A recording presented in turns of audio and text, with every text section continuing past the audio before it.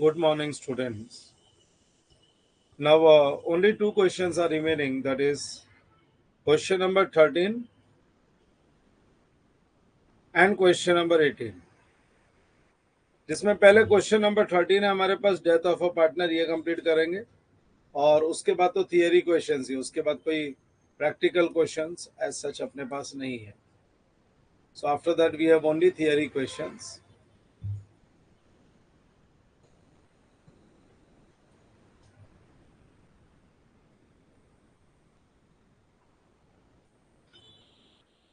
Fine, we can start with death of a partner. पहले तो इनकी रिक्वायरमेंट क्या है वो देख लिया करो. You are required to prepare accounts showing amount due to Alpha's legal hair on 31st December 24 and impact for unrecorded liability not to be given in earlier years.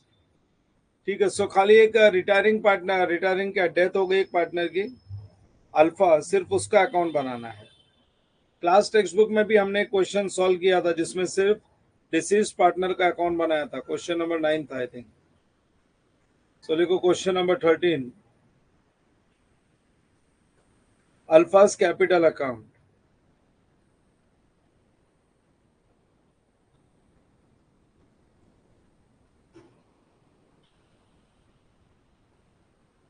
Alpha's capital account. Now this is going to be the last lecture for September 25 RTP. In the books of partnership firm.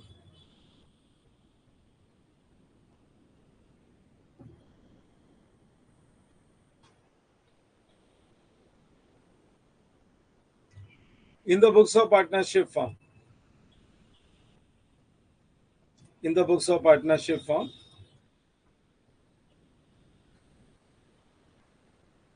10 lines.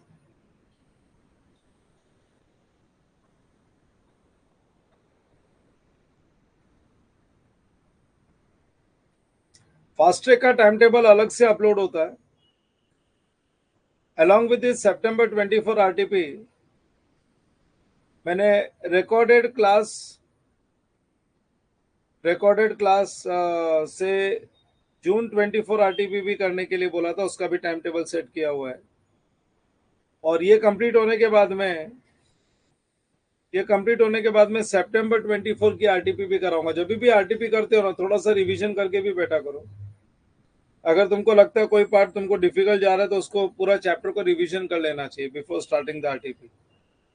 बीच बीच में मैं भी बताते रहता हूँ. जैसे मैंने objectives के लिए बोला था, मेरे दोनों पेपर जो मैंने 100 मार्क्स के ऑब्जेक्टिव्स के पेपर दिए थे वो बार बार पढ़ते रहो.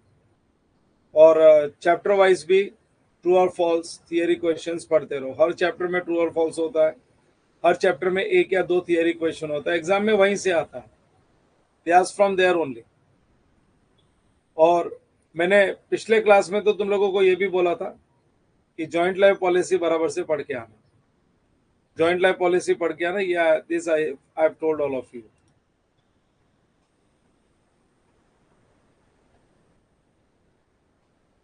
चलो शुरू करते हैं.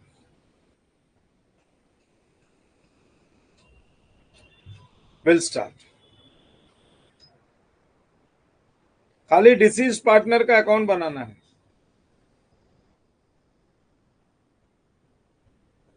The partnership deed of the firm consisting of 3 partners, alpha, beta, and gamma.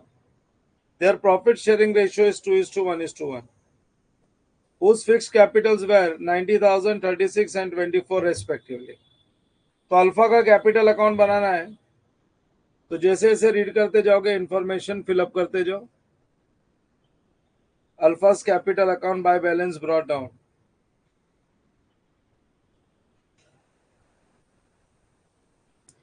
$90,000.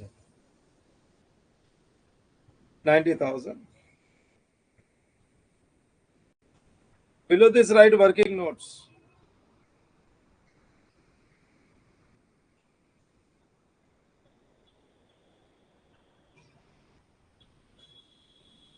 Below this working notes.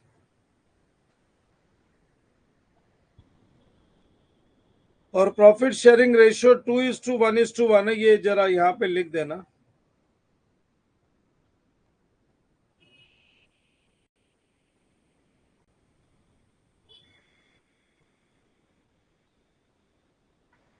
Partners are allowed interest at the rate 8% on their fixed capital, but no interest is to be allowed on undrawn profits or charge on drawings. So capital पे 8% interest है, तो interest on capital भी दे दो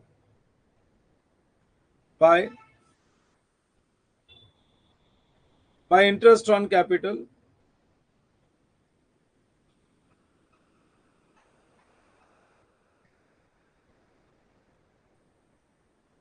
हमको पूरा सबकी पूरी accounting नहीं करनी है, खाली डिसीज पार्टनर की अकाउंटिंग करने बोला. सो 90,000 इंटू 8%, ये लो 7,200 का 7,200 इंटरेस्ट ऑन कैपिटल भी दे दिया. After this, upon death of a partner, goodwill of the firm is valued at 2 years purchase of average profit after charging interest on capital for 3 years up to 31st December preceding the death of a partner. Partner की death कभी हुई है वो अभी तक date नहीं दी है, लेकिन जो भी डेथ हुई है उसके पहले जो दिसंबर आया वहां तक के 3 साल का प्रॉफिट लेना है. आगे दी होगी डेट ऑफ डेथ. ये देखो इधर है, alpha died on 30th September 24. Okay, 30th September 24 का मतलब है 2021 plus 22 plus 23.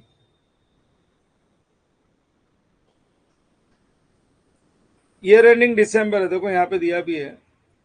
Partnership books are closed annually on 31st December. So date of death के पहले जो दिसंबर आया, डेट ऑफ डेथ है 30th September 24. Date of death के पहले दिसंबर 23, दिसंबर 22 और दिसंबर 21. सो ये 3 साल का प्रॉफिट ले लेना है. इसमें से इंटरेस्ट ऑन कैपिटल माइनस करने बोला है. आफ्टर इंटरेस्ट ऑन कैपिटल जो भी प्रॉफिट बचेगा डिवाइड बाय 3 करेंगे, दैट इज एवरेज मिल जाएगा, और फिर इंटू 2 years परचेज. देख लो ना, यही बोला, upon death of a partner goodwill of the firm is to be valued at 2 years purchase of average net profit after charging interest on capital for 3 years. For 3 years to 31st December preceding the death of a partner. So 30th September 24 को death हुई है, उसके पहले 31st December 23 आता है. ठीक है, ये हमारा गुडविल का कैलकुलेशन यहाँ पे तैयार है, लेकिन बाद में और इन्फॉर्मेशन चाहिए.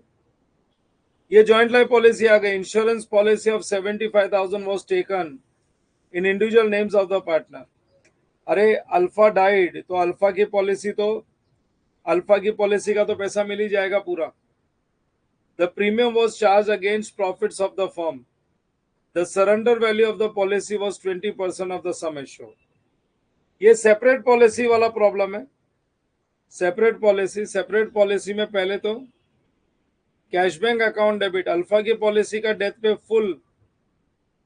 फुल वैल्यू मिलेगी. पॉलिसी वैल्यू 75,000 की पॉलिसी है, so cash bank account debit 75,000. लेकिन इसका बेनिफिट अल्फा को भी मिलेगा, बीटा को भी मिलेगा और गामा को भी मिलेगा. Alpha, Beta and gamma.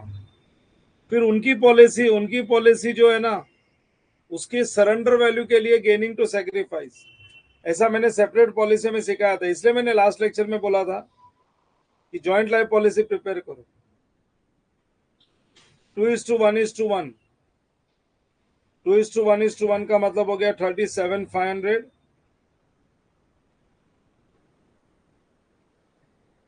37,500, 18,750,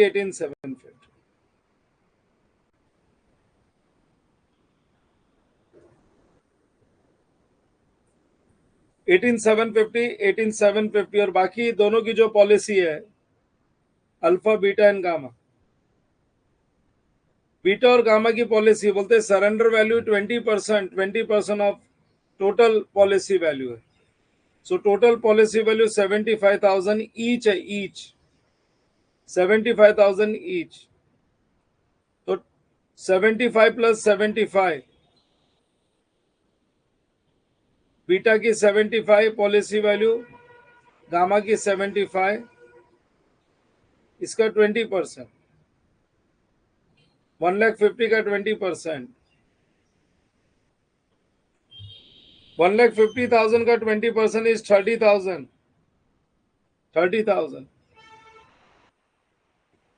ये 30,000 gaining to sacrifice, 30,000 into 2 by 4, 15,000, 7,500 and 7,500. अब न्यू प्रॉफिट शेयरिंग रेशियो क्या दिया वो देखना पड़ेगा आपको. What is the new profit sharing ratio?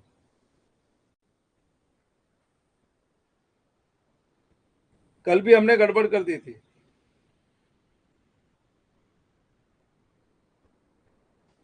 देखो कहीं पे दिया हुआ है नंबर 4 में नहीं है, 5 में नहीं है, 6 में नहीं है.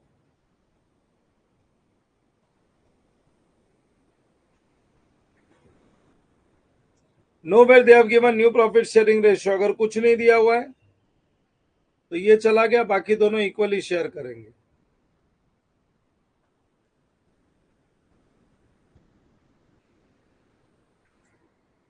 सो ये 15,000 का सैक्रिफाइस कर रहा है और ये दोनों को 7,500 और 7,500 का गेन हो रहा है. So gaining to sacrificing partners capital, joint life policy की दूसरी entry, Beta's capital account debit,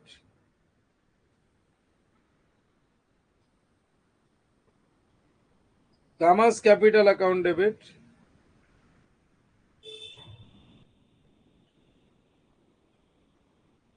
to Alpha's capital.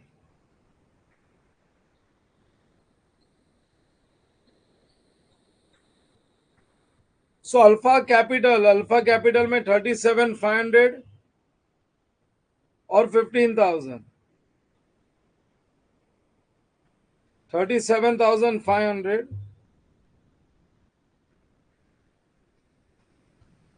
52,500 करो posting bye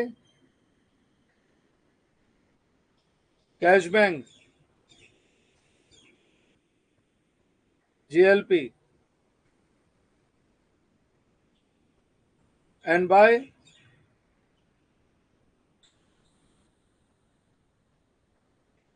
Beta and Gamma's capital account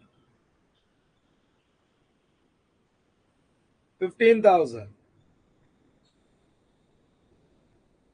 सो ये लो हो गया इसका भी इफेक्ट. फिर उसके आगे next, upon death of a partner he is credited with share of profit. उसका प्रॉफिट तो वर्कआउट करना पड़ेगा सितंबर तक का. Interest on capital calculated up to 31st December following his death. So he is to be credited with profit. Share of partnership policy and goodwill credited to deceased partner on 31st December following his death. तो ये policy है partnership की कि goodwill दिसंबर, उसके पहले वाला जो दिसंबर है वहां तक का ही देना है. Partnership book closed on 31st December. ठीक है, यहां तक की इंफॉर्मेशन थी. Now alpha died on 30th September. The amount standing to the credit of his current account was 15,000. So जैसे कैपिटल अकाउंट दिया वैसे करंट अकाउंट भी उसका ट्रांसफर कर दो कैपिटल में by Alpha's current account.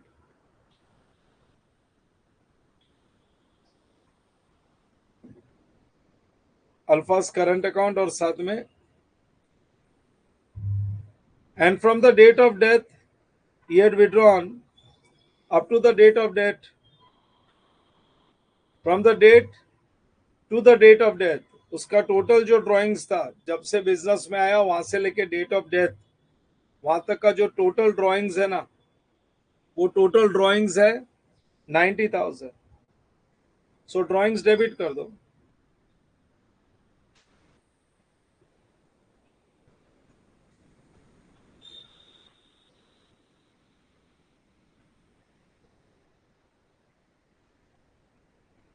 Drawings 90,000।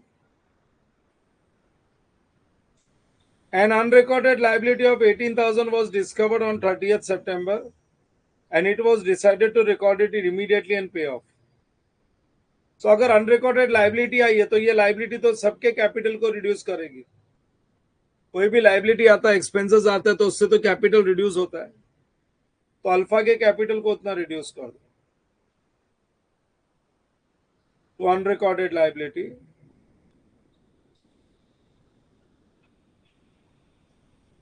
18,000 की लाइबिलिटी है, अल्फा का शेयर है 2/4, 2/4, सो कितना आधा हो जाएगा और क्या 9,000।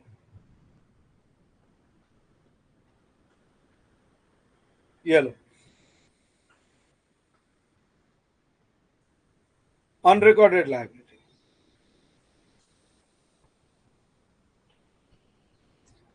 अब अपने को गुडविल का कैलकुलेशन कर सकते हैं क्योंकि प्रॉफिट्स दे दिया था। Trading results before charging interest on capital as follows.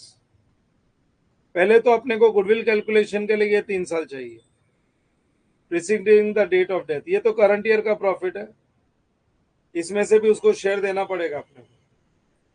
पहले तो गुडविल लिखो,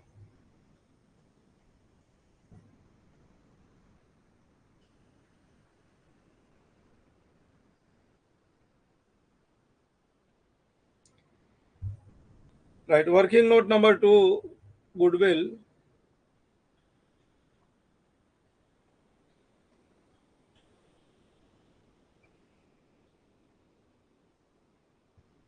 Goodwill is equal to average profit into 2 years purchase।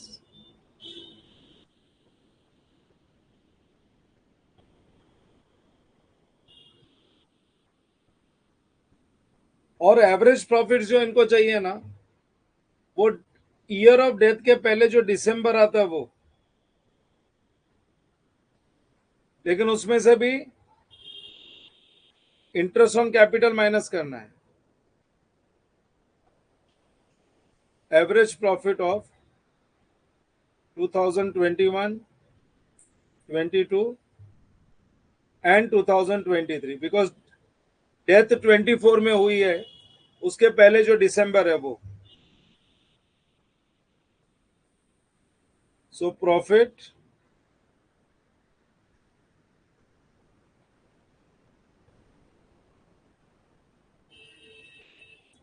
पहले लिखो ईयर,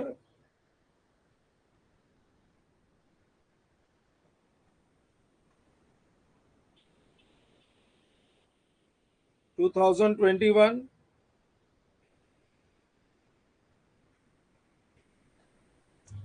एंड 2023। फिर लिखोगे प्रॉफिट, प्रॉफिट में से माइनस करना interest,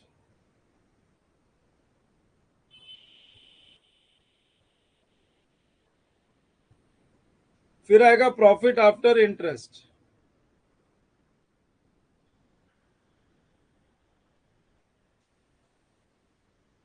profit after interest, profit after interest का एवरेज 88,020, 79,410।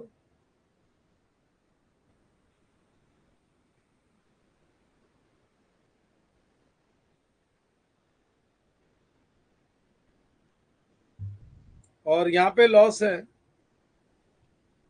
-24,960।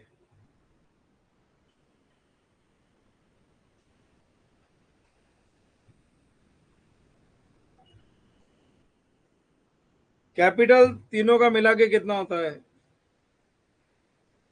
90 + 36 इज 126, 126 + 24 हो गया 1,50,000। और 1,50,000 का कितना परसेंट है? 8%. 8% of this will come to 12,000 rupees. 12,000.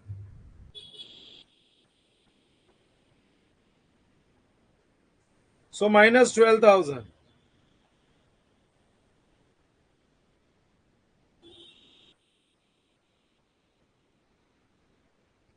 88,020 minus 12,000. 76,020.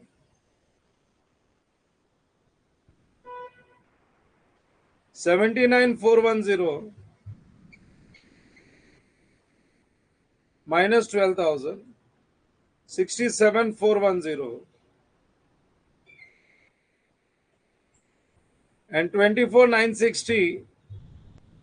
ये तो नेगेटिव है.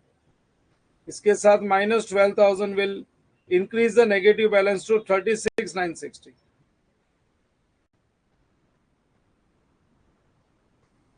36,960.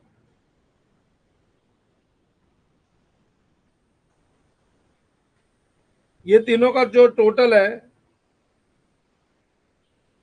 That is 1,43,000. अरे तीनों का जो टोटल है that is 76,060. 76,060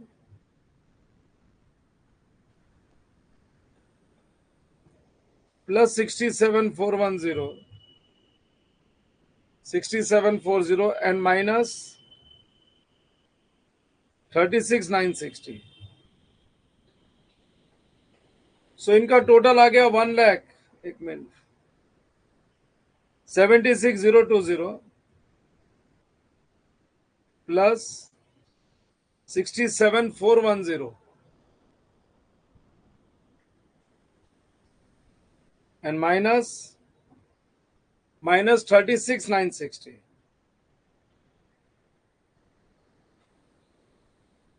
1,06,470. 1,06,470 is the total.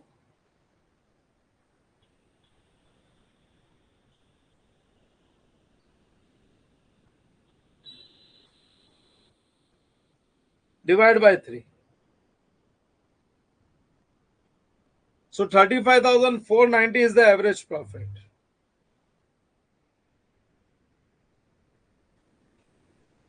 $35,490 into 2 years purchase. 70,980.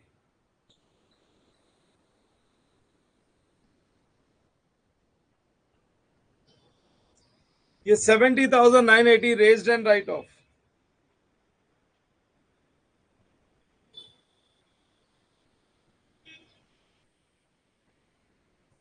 Old ratio है 2:1:1 और न्यू रेशियो है 1:1. 70,980.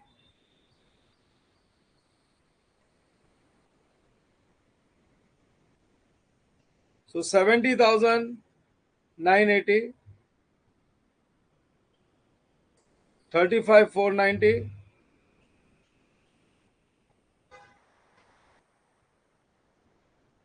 35,490, 17,745,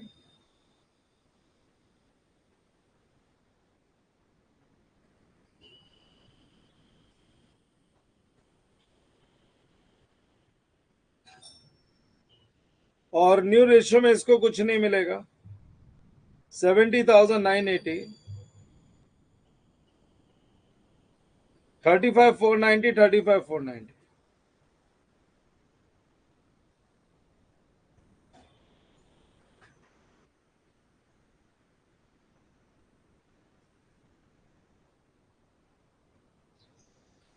सो सैक्रिफाइस है 35,490 का और यहां पे गेन है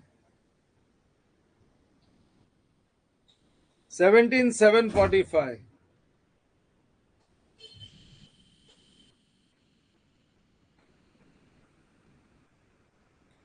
so beta debit, gamma debit, to alpha. 17,745 and 35,490. 35,490, ये 35,490 को क्रेडिट कर दो बाय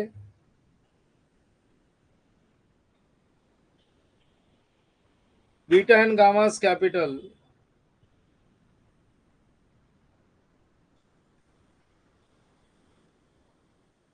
35,490. चलो ये भी हो गया.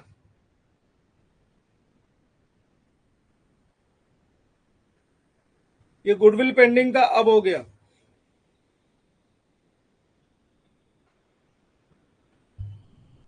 सबसे पहला ये कैपिटल ले लिया मैंने 90,000 का.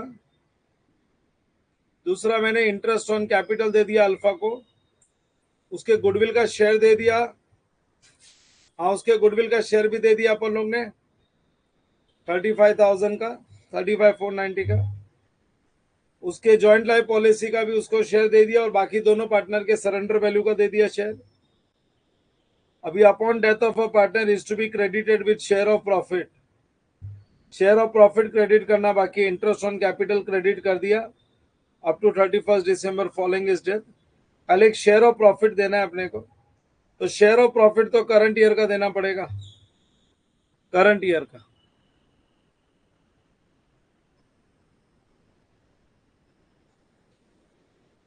Share of partnership policy, share of the partnership policy and goodwill credited to deceased partner as on 31st December following his death. Following his death. हाँ, following his death. तो करंट ईयर का profit है ये 40,410 पूरे साल का. जो साल में डेथ हुई पूरे साल का प्रॉफिट है 40,410. लेकिन बाकी सब में अगर इंटरेस्ट माइनस हुआ है तो इसमें से भी माइनस करना पड़ेगा. Share of अल्फास profit. 2024 का प्रॉफिट है 40,410. इसमें से इंटरेस्ट ऑन कैपिटल माइनस करो क्योंकि वैसे भी divisible profit interest on capital के बाद ही आता है. तुम देखो ना, पीएनएल अप्रोप्रिएशन में प्रॉफिट क्रेडिट हो जाता है, फिर इंटरेस्ट माइनस होने के बाद ही डिविजिबल प्रॉफिट मिलता है. 40,410 माइनस 12,000, 28,410. ये तो सब पार्टनर का, अपने को खाली अल्फा का शेयर चाहिए into 2/4 into 2/4 14,205.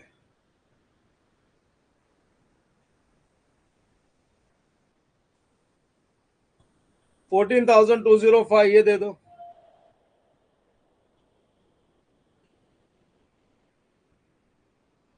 Bye share of profit.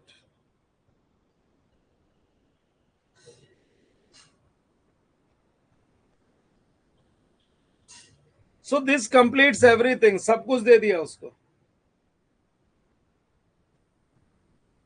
Close करोगे और जो भी डिफरेंस आएगा अभी उसके लीगल हेयर को दे देंगे. उसके लीगल हेयर को दे देंगे 90,000 प्लस 7,200,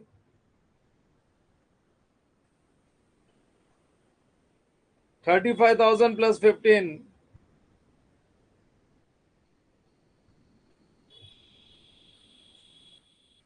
प्लस 15,000 और एक, प्लस 35,490 गुडविल का, प्लस 14,205. 14,205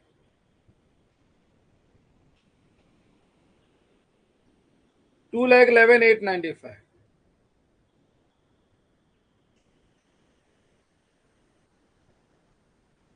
2,11,000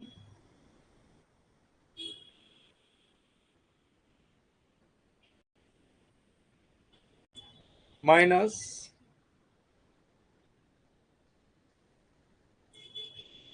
99,000. देखो कुछ मिस तो नहीं कर दिया हम लोग ने, we have not missed anything. 90,000 का कैपिटल दे दिया, ये कैपिटल के बाद करंट अकाउंट दे दिया 15,000,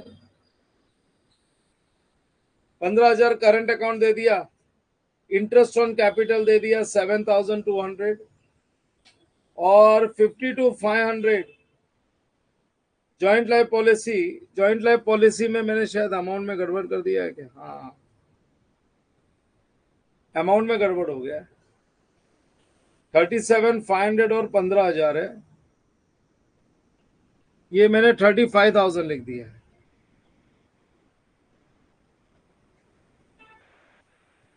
ये 37,500 है ना ये, और यहाँ पे 15,000 है, तो ये गड़बड़ हो गया। एक मिनट,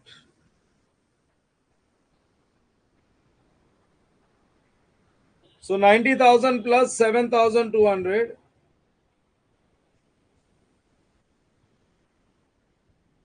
प्लस 37,500 प्लस 15,000 प्लस फिर से 15,000 plus 35,490 plus 14,205,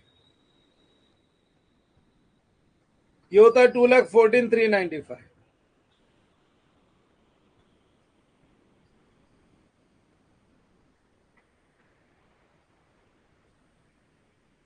$2,14,395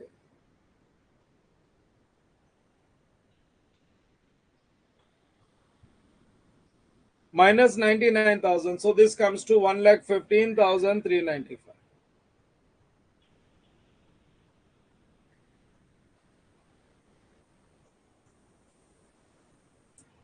$1,15,395. This is 1,15,395 to ये अल्फाज लीगल हेयर को दे देने का, तो अल्फाज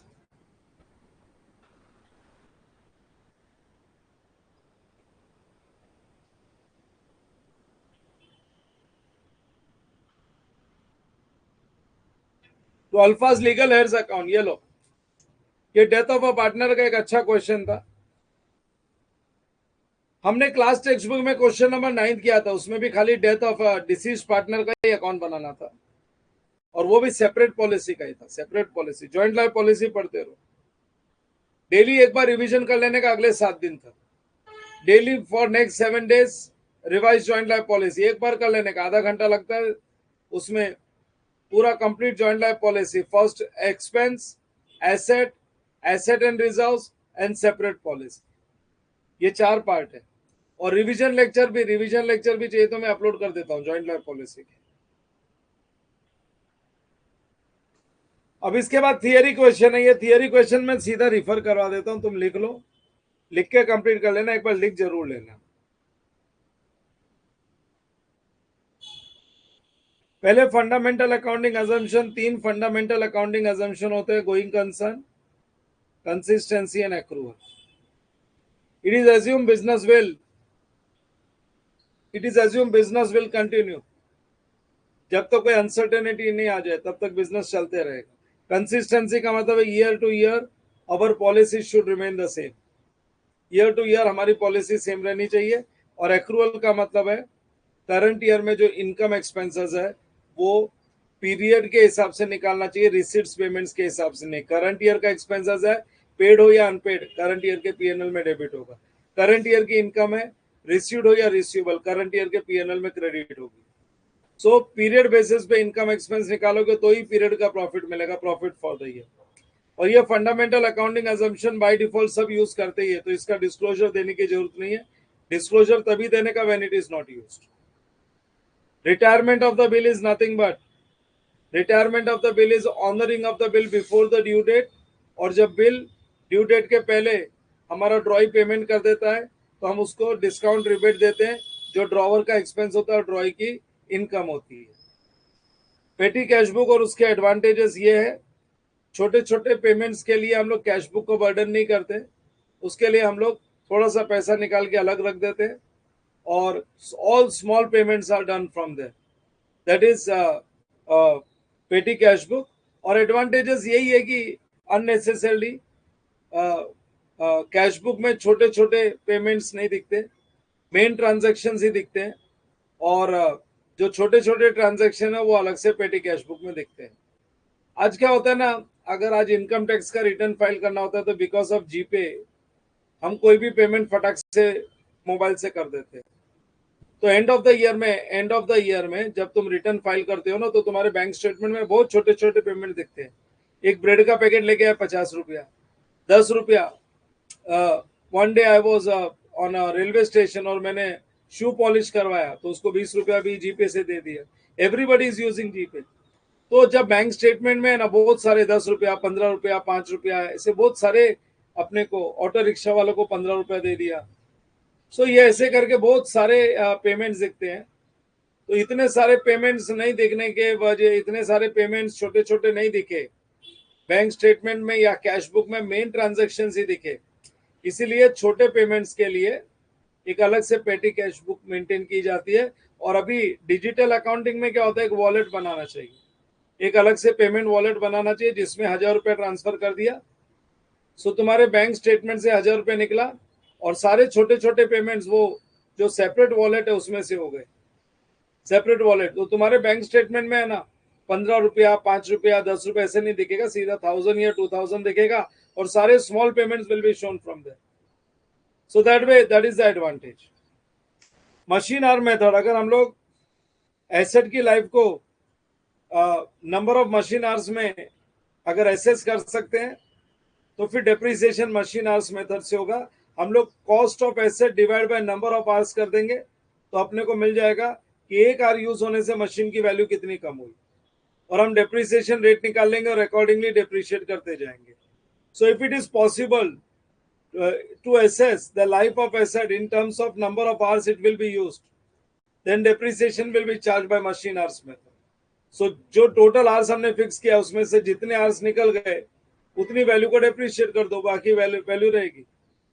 When Garner versus Murray rule not applicable in case of dissolution of partnership, see not applicable बोला हुआ है और उन्होंने आंसर जो है ना मेरे को लगता है एप्लीकेबल का दे दिया। Not applicable, when Garner versus Murray rule is not applicable. Answer तो एप्लीकेबल का दिया है क्योंकि मैंने एक बार रेफर किया था इनका answer.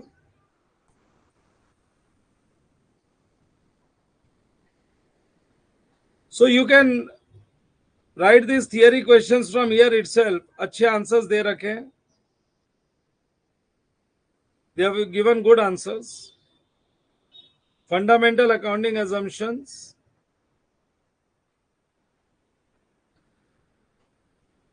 are those assumptions which are used in preparation and presentation of financial statements. They are usually not specifically stated because their acceptance is assumed. It is understood कि फंडामेंटल अकाउंटिंग assumption तो follow होगा ही। फिर उसके बाद disclosure is necessary if not followed, यहां तक लिखने का, फिर ये सब नहीं चाहिए, all this not required.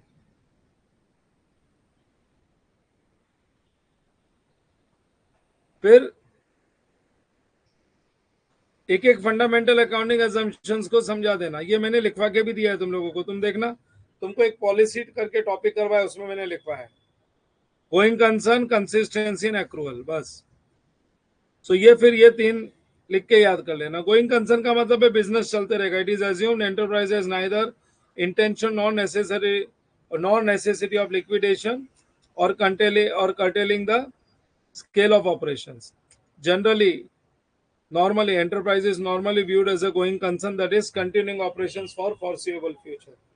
Consistency का मतलब it is assumed that accounting policies will remain consistent from year after year, and accrual का मतलब है revenues and costs, that is income and expenses, are recognized as they are earned, and they are recorded in financial year of the period to which it relates. In short मैंने बोला था ना periodic basis पे। So retirement of the bill में अपने ही words में लिख देना, honouring of the bill before the due date is known as retirement of the bill. On retirement of the bill, drawer allows discount and rebate to the drawee, which is an expense for the drawer and income for the drawee. This much is sufficient. फिर ये पेटी cash book, उसके advantages, number of small payments such as taxi fare, cartage, etc. have to be made. If these payments are recorded in cash book, it will unnecessarily be heavy. Also, the main cashier will be overburdened with the work. Therefore, it is usual for the firms to appoint a person, petty cashier, and to give him the task of small payments और time to time उसको reimburse करते रहो। ये impress system follow होता है पेटी cash book में। Impress system का मतलब है तुमको मैंने 500 रुपया दिया एक महीने के लिए, उसमें से तुमने 400 रुपया खर्चा कर दिया, 400 रुपये की डिटेल लाके दो, फिर मेरे से 400 रुपया ले जाओ। 100 रुपया तुम्हारे पास बचा था, 400 और ऐड हो गया, फिर से 500 चालू हो गया।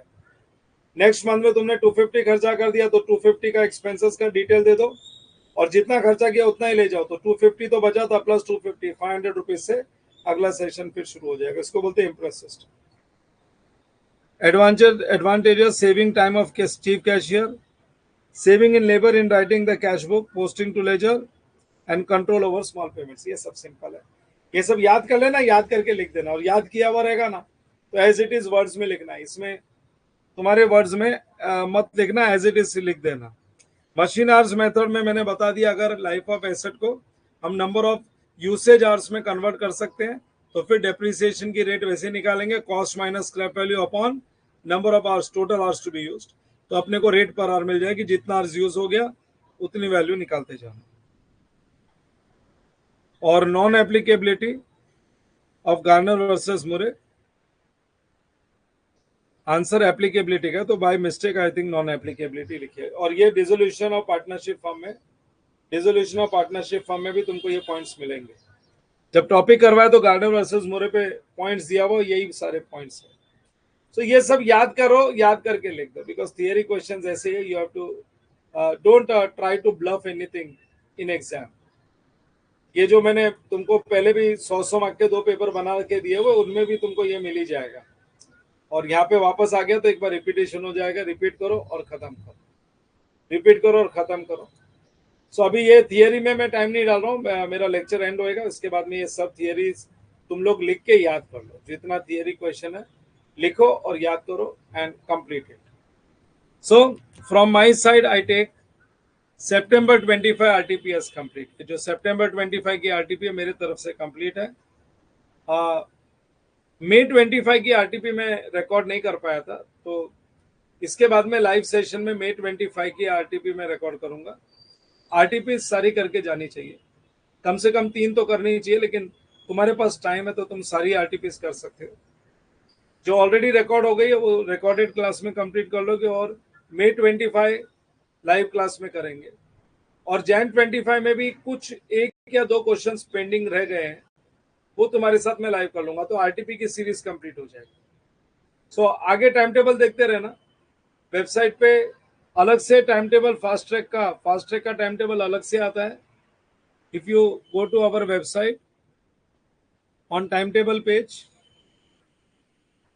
तुम तो मोबाइल से भी तुम्हारे टाइम टेबल वाले पेज पे जा सकते हो, बाकी वेबसाइट पे जाओगे। So this is your time table. Time table में जो सीए फाउंडेशन के जो टाइम टेबल आते हैं ना, ये रहे VC6, VC4 एंड 5, उसके पहले फास्ट ट्रैक दे रखा है, उसके पहले फास्ट ट्रैक का टाइम टेबल देके रखा है, तो यहाँ पे चेक करते रहने का। सो सितंबर 25 की आरटीपी लाइव क्लास चली थी 19 लास्ट वीक में 3 सेशन लिया और आज एक सेशन हो गया, आज एक सेशन हो गया अपना। This is 1 session complete. और ये रिकॉर्डेड क्लास बीच में मैंने तुमको दे दी थी। I have given this 7 lectures of recorded class of June 24, जिनका हो गया तो 2 आरटीपी कंप्लीट होती है। अभी इसके बाद में यहाँ पे मैं वापस से रिकॉर्डेड क्लास देने वाला हूँ ये वीक के लिए, वो कंप्लीट होने के बाद में फिर से मैं नेक्स्ट वीक में लाइव आ जाऊंगा, जो मेरे को May 25 की करनी है। सो ये देखते रहना इधर, it will be uploaded here and assignment will be created, so accordingly तुमको देख के कंप्लीट करना है। और कहाँ से देखना है? तुम्हारे फास्ट ट्रैक कोर्स में भी अपलोडेड है, और अगर फास्ट ट्रैक कोर्स से नहीं देखना है तो you can go to library section. Vedanta library में जाओगे, वेदांता लाइब्रेरी में I always say there are 3 windows, go to your CFC में सारे के सारे आरटीपीज, ये लो तुम्हारे करंट आरटीपी भी अपलोडेड है, ये तुम्हारी करंट आरटीपी है, और पुराने आरटीपी भी यहाँ पे अपलोडेड है, यहाँ से भी कर सकते हो। And this is accessible for all students, not only Vedanta students but any student of CFC, they can access to this library. Share भी कर सकते हो, शेयर का ऑप्शन आता है ऊपर, you can share also this page with your friends. So RTP of June 24, ये तुमने की थी 7 लेक्चर्स, ये यहाँ से 7 लेक्चर्स तुमने कंप्लीट कर ली, you have done this 7 lectures, और तुम्हारे कोर्स में भी अपलोड कर रखा है। ये जो फास्ट ट्रैक कोर्स है तुम्हारा, इवन उसमें भी अपलोड करके रखा है। काफी सारे मैं कंटेंट वहां पे भी अपलोड करता हूँ, and you can both library as well as your course you can watch from laptop also, you can see from your laptop also. If you go to your course, fast track course, this is your fast track course. In this also if you go to content, इसमें content होता है, content तुम्हारे course में दिखेगा, यहाँ पे ये purchase course नहीं है तो यहाँ दिखता नहीं, ये रहा कंटेंट, ये रहा कंटेंट। कंटेंट में you can see a recorded class, in recorded class revision test papers, these are the revision test papers. ये जून 24 के 7 लेक्चर्स तुमने कर लिए, जून 24 के 7 lectures you have already done.